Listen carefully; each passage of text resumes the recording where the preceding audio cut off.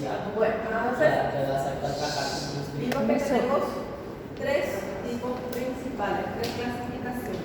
De esas clasificaciones, la parte de las hormonas polipeptídicas y proteínicas van a tener también sus estructuras que van a estar diferenciándose en su función. Por ejemplo, vemos que cuando tenemos, por ejemplo, la formación de polipéptidos pequeños, que se forman tres polipéptidos o tres aminoácidos, vemos que esta va a ser la característica de la hormona liberadora de tirotropina. Y también tenemos que cuando más aminoácidos, más proteínas tenemos, entonces cuando tenemos hasta 200 aminoácidos, entonces esa va a ser la característica estructural de las hormonas de crecimiento y también la prolactina. En eso se diferencian. Todas ellas son formadas por la parte polipeptídica y proteínica, pero cada uno según su estructura, según su acción, su función, van a tener su estructura propia, su número necesario para estar realizando dichas funciones. Vemos que la parte del polipéptido y la parte amínica se van a estar produciéndose, van a estar sintetizándose en la parte del artículo endoplasmático rugoso. Una vez que se producen ellos, pasan a lo que sería el aparato de Golgi. En este aparato de Golgi vemos que empieza a tener una estructura más completa y va a estar siendo más completa y para estar soportando mejor la parte externa, digamos así. Cuando pasa del aparato de Golgi, vemos que están completamente madurecidas para ser secretadas en las terminales, por ejemplo, de las células. Entonces, acá podemos ver que estas son las células o las vesículas secretoras. Dentro de esas vesículas yo voy a estar encontrando lo que serían dichas hormonas. Esas hormonas no es que se producen y todos ya van a estar cayendo fuera, sino que todas estas vesículas vamos a estar encontrando en esta parte de la membrana de esta célula. Entonces, van a estar esperando la señal cuando yo necesito de ellos para estar siendo liberadas hacia la parte de los fluidos extracelulares. Eso va a suceder a partir de dos mecanismos.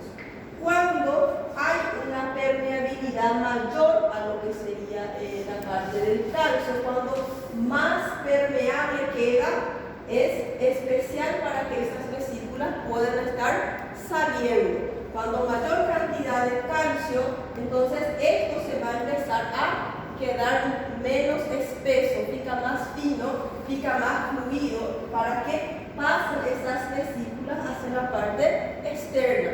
Otro tipo de mecanismo va a ser cuando hay un aumento, por ejemplo, de lo que sería la parte de lo que sería la adenosina cíclica y también la proteína sinasa, que van a estar ayudando porque hay un aumento en la concentración de monofosfato de la adenosina cíclica. Entonces, esos son los dos mecanismos. Uno, porque hay una mayor permeabilidad a través del trabajo del calcio. Y otra es porque empieza a presentar esa célula una concentración mayor de monofosfato de adenosina cíclica. Entonces, esto van a estar ayudando, esos van a ser los mecanismos que van a estar ayudando para que esas vesículas que estaban en esta porción de la membrana puedan estar saliendo para su utilización. Vemos que estas hormonas péptidas o proteicas son muy hidrosolubles. Pueden estar saliendo con mucha facilidad, pueden estar entrando con mucha facilidad a la parte de la circulación y a través de la circulación para poder ser transportada a los tejidos que van a estar necesitando de esas hormonas. Después tenemos lo que serían las hormonas esteroideas. Las hormonas esteroideas van a estar sintetizándose a partir del colesterol. Entonces, si es colesterol, si es lípido, entonces van a ser liposolubles. Porque se acuerdan que los ácidos grasos, ellos no pueden estar pasando en los fluidos. La sangre, por ejemplo, no tiene facilidad porque ellos van a estar brudándose todo. Por ejemplo, eso es lo que pasa en los pacientes que tienen aumento del LDL, por ejemplo. El LDL, vemos que va a estar, cuando el paciente come mucho líquido, comió tortilla, después comió un asadito en la esquina, después una marinera, después una empanada, después al mediodía comió boriborí, o comió un pedazo de carne bien grasosa, después a la tarde se fue allá en Duarte, agarró pastel, con una coquita, después a la noche un asadito,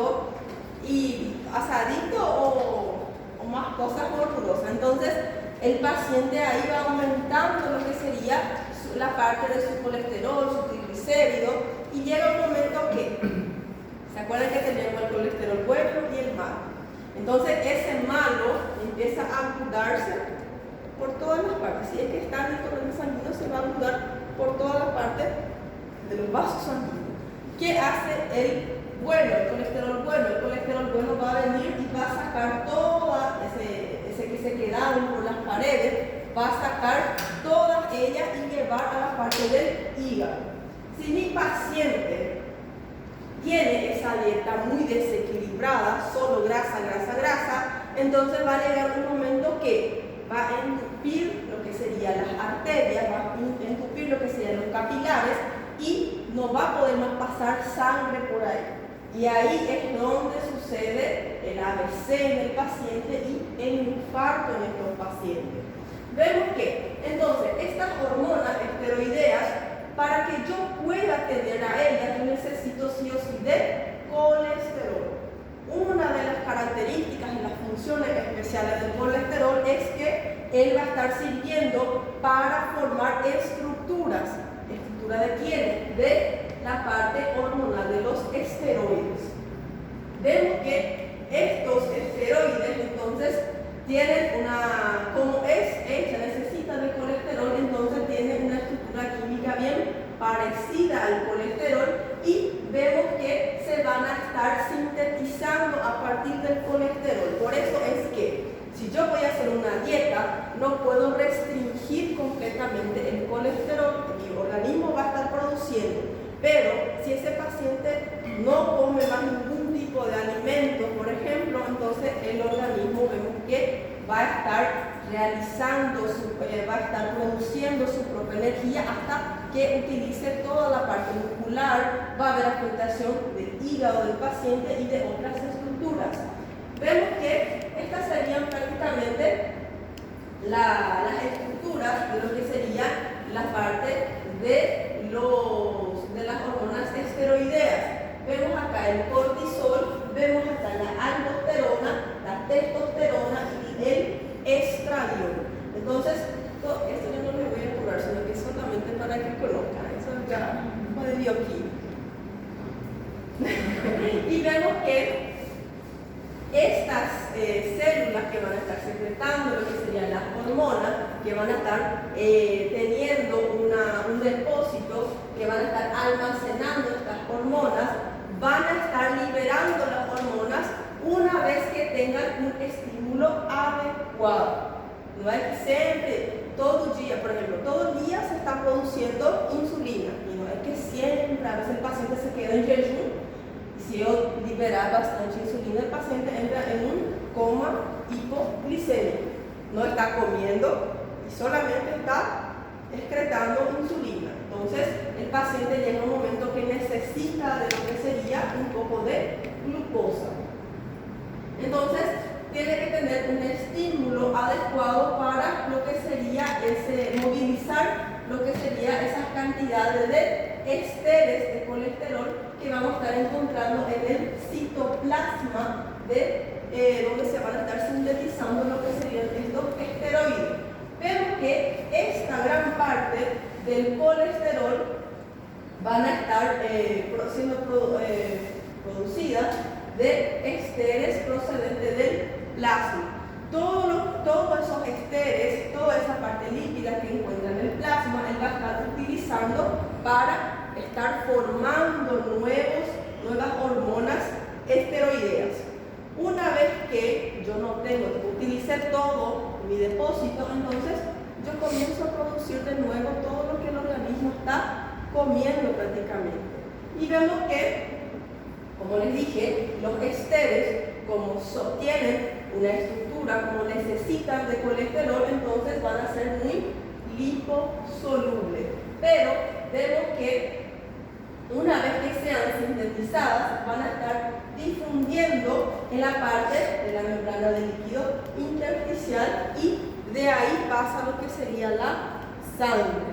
Siempre necesita de lo que sería esa parte sintetizada para poder estar difundiendo.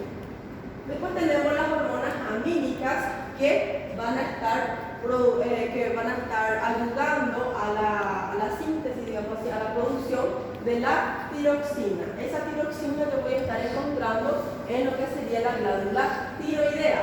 Y vemos que esa tiroxina van a ser derivadas, digamos así, de dos grupos derivados. Por ejemplo, la tiroxina que vamos a estar encontrando en la tiroide y en la glándula suprarrenal. Ambos se van a estar ayudando para la producción de esa tiroxina. Y vemos que esas hormonas tiroideas se van a estar sintetizando y almacenando ¿dónde? En la hormona tiroidea. ¿Por qué? En la glándula tiroidea. Porque por eso se llaman hormonas tiroideas. Porque se van a estar guardando en dicha glándula. Y vemos que van a estar incorporándose, vamos a estar utilizando y vamos a ver que se van a estar depositando en grandes folículos de esa glándula. Por eso es que si el paciente empieza a tener un aumento exagerado en la producción, en el almacenamiento de lo que sería esa hormona, entonces el paciente empieza a presentar el cuadro clínico del hipertiroidismo y también empieza a ver lo que es el aumento de la glándula porque está trabajando de forma exagerada. Está trabajando de forma exagerada, está almacenando de forma exagerada y consecuentemente nosotros vemos que el paciente empieza a desarrollar lo que es el bocio. El bocio es cuando el paciente presenta ya, parece el cuello del paciente ya está muy grande porque esa glándula está trabajando de forma exagerada. Y vemos que esa liberación de esas hormonas tiroideas van a estar dependiendo de las aminas tiroglobulina y se van a estar liberando unidas hacia la parte, van a estar unidas a la tiroglobulina para ser liberadas a la sangre de estos pacientes. Si mi paciente tiene afectación de la glándula tiroidea, veremos que va a estar afectando en la buena, para que el paciente sude. A veces el paciente tiene un aumento exagerado, entonces el paciente está sudando demasiado. A veces cuando tiene disminución el paciente empieza a presentar una piel seca, áspera, porque no está sudando. Entonces todo eso y todas otras cosas más, en la parte de la concentración, la parte de la motivación, la parte del estrés del paciente también está afectado porque cuando tengamos la clase de tiroides veremos cuáles son las funciones de esa hormona, dónde va a estar actuando. Y vemos que cuando está en la sangre lo que sería esta hormona, entonces va a estar combinada con la proteína plasmática para que se fije en esa proteína plasmática para que pueda estar viajando y realizando sus funciones. Entonces a esa proteína fijadora yo le voy a estar llamando de proteína fijadora de tiroxina. Y esa hormona, dependiendo de qué tipo de hormona, veremos que, por ejemplo, las adrenales, la suprarrenal libera adrenalina y noradrenalina. Esa liberación es de segundos y esa adrenalina y noradrenalina van a estar actuando de forma en segundos. Hace lo que es su efecto y ya termina su función. Pero veremos que hay otras hormonas que se liberan y para que complete su función es lento. Entonces no podemos decir que todas las hormonas se liberan rápido y hace su función rápido. Depende de qué hormona estamos hablando. Porque como les dije, la parte de la suprarrenal libera adrenalina, noradrenalina rápido porque necesita aumentar rápido la presión arterial del paciente. Si edifica actuando por meses, entonces por meses enteros el paciente va a ficar hipertenso. Entonces no es lo que yo quiero algo, acción rápida, entonces por eso yo le libero a esas hormonas. Y por ejemplo, cuando la mujer, su cuerpo se prepara para el embarazo, por ejemplo, y todo más, entonces tengo la liberación de hormonas que van a estar actuando de forma prolongada. Porque la mujer no puede, se embaraza ahora, a la tarde, noche le tiene que dar a luz, después ya acabó. Son 9 meses de embarazo. Entonces, las hormonas que van a trabajar durante todo ese periodo tienen que ser lento. Se libera y su función, digamos, su acción se va a prolongar por varios tiempos para estar realizando bien su trabajo. Acá, como podemos ver, la adrenalina y la noradrenalina, entonces, que van a estar siendo secretadas a través de la glándula suprarrenal, entonces, ellas se secretan y trabajan de forma rápida. Vemos que son captadas en vesículas y son almacenadas al momento, y después son secretadas al momento de su necesidad. Son liberadas a partir del momento que yo necesito utilizarle a ella. Cuando pasan a la sangre, entonces van a estar algunas se conjugan, se quedan por un poco más de tiempo, pero las que no se conjugan son más rápidos de desaparecer en la parte sanguínea. Después tenemos la secreción, transporte y eliminación de las hormonas. Como les dije, hay hormonas que son secretadas y su acción, como tiene que ser rápido, entonces solamente duran por unos segundos en ese pico y después ya disminuye. Por ejemplo, el paciente tiene que tener un aumento de la presión. Entonces, ese aumento de presión tiene que ser de acción rápida y su efecto tiene que ser rápido también. Porque si se lentifica y se queda por un periodo prolongado, entonces el paciente se va a quedar por meses con hipertensión. Y eso ya no es normal, ya va a ser una afectación, porque el paciente va a ficar mucho tiempo con presión alta. Depois, imagina, baixar e o corpo já não vai estar más acostumbrado con esa disminución de presión, entonces va a aumentar otra vez y el paciente todo momento va a ser hipertenso. Vemos que las hormonas, adrenalina, noradrenalina, entonces se secretan algunos segundos después de la estimulación y tarda algunos segundos o minutos para realizar toda su acción. Y vemos que, por ejemplo, la tiroxina tarda varios meses en hacer su efecto. Entonces, si yo les pregunto, si coloco por ejemplo un falso verdadero, toda hormona tiene un efecto, una segregación rápida y un efecto rápido. Está incorrecto porque podemos ver que algunas hormonas hacen su efecto rápido, tienen su pico rápido y ya desciende. Pero otras hormonas tienen que mantenerse por un periodo prolongado. Y vemos que, como les estoy comentando, el inicio, duración de acción es diferente o es distinto para cada hormona, porque cada hormona tiene su función específica. Y después tenemos, por ejemplo, la parte de la concentración de hormonas que van a ser responsables del metabolismo, por ejemplo, el glucagón, la insulina. Entonces, vemos que tiene que ser también de forma rápida. Si el paciente tiene una hipoglicemia, nosotros, si el organismo hace de todo, desmaya el paciente, hace de todo para que aumente esa glicemia. Vai procurar em tudo que é canto, em tudo que é quiera, até achar lo que es una glicemia para intentar acordar otra vez ese paciente.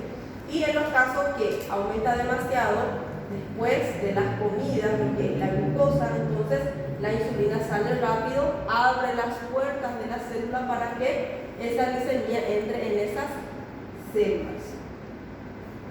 Acá prácticamente los valores, o sería los pesos aproximadamente de cada una de esas hormonas.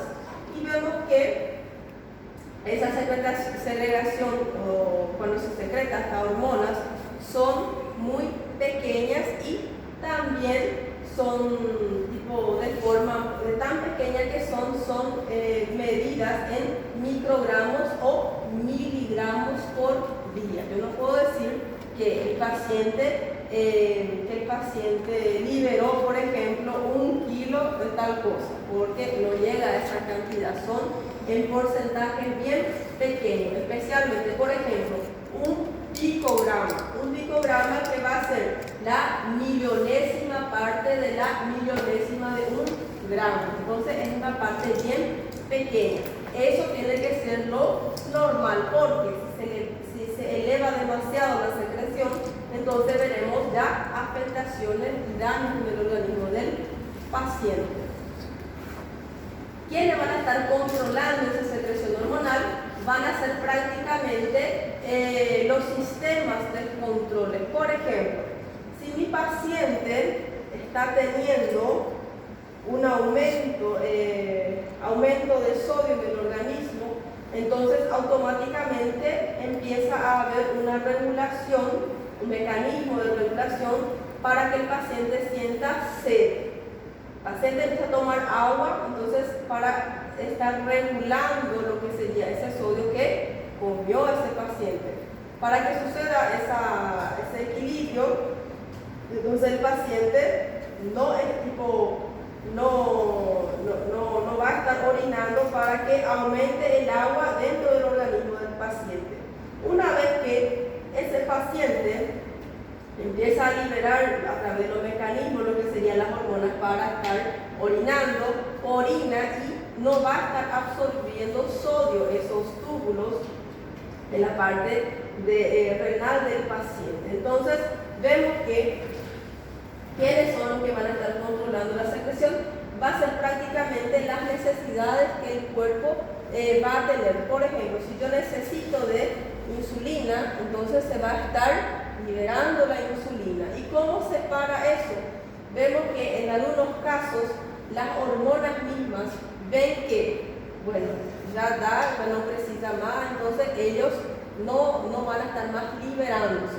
Pero en otros casos veremos que a medida que aumenta la cantidad, parece que esa hormona, parece que el organismo se queda más feliz y quiere estar secretando más. Ahí vamos a estar hablando de lo que sería la retroalimentación negativa. Es cuando aumenta y cuando ya llega, entonces cuando ya va a tener un efecto adverso o un efecto secundario, entonces ya deja de estar secretando, ya empieza a inducir, entonces por eso ya se tiene que cortar esa liberación. Pero también tenemos la retroalimentación positiva. En esos casos es cuando, por ejemplo, la LH, que es la hormona luteinizante, va a estar secretándose a nivel de la parte de los ovarios. Entonces, secretada, actúa en los ovarios, va a estar estimulando lo que sería la parte del metabolismo, de la síntesis del estrógeno. Y una vez que aumenta mucho el LH en el organismo, entonces empieza a ejercer lo que es una retroalimentación negativa de esta secreción de hormona, porque el organismo ya ve que ya alcanzó su concentración adecuada y empieza a tener efectos secundarios, entonces ahí recién deja de secretarse.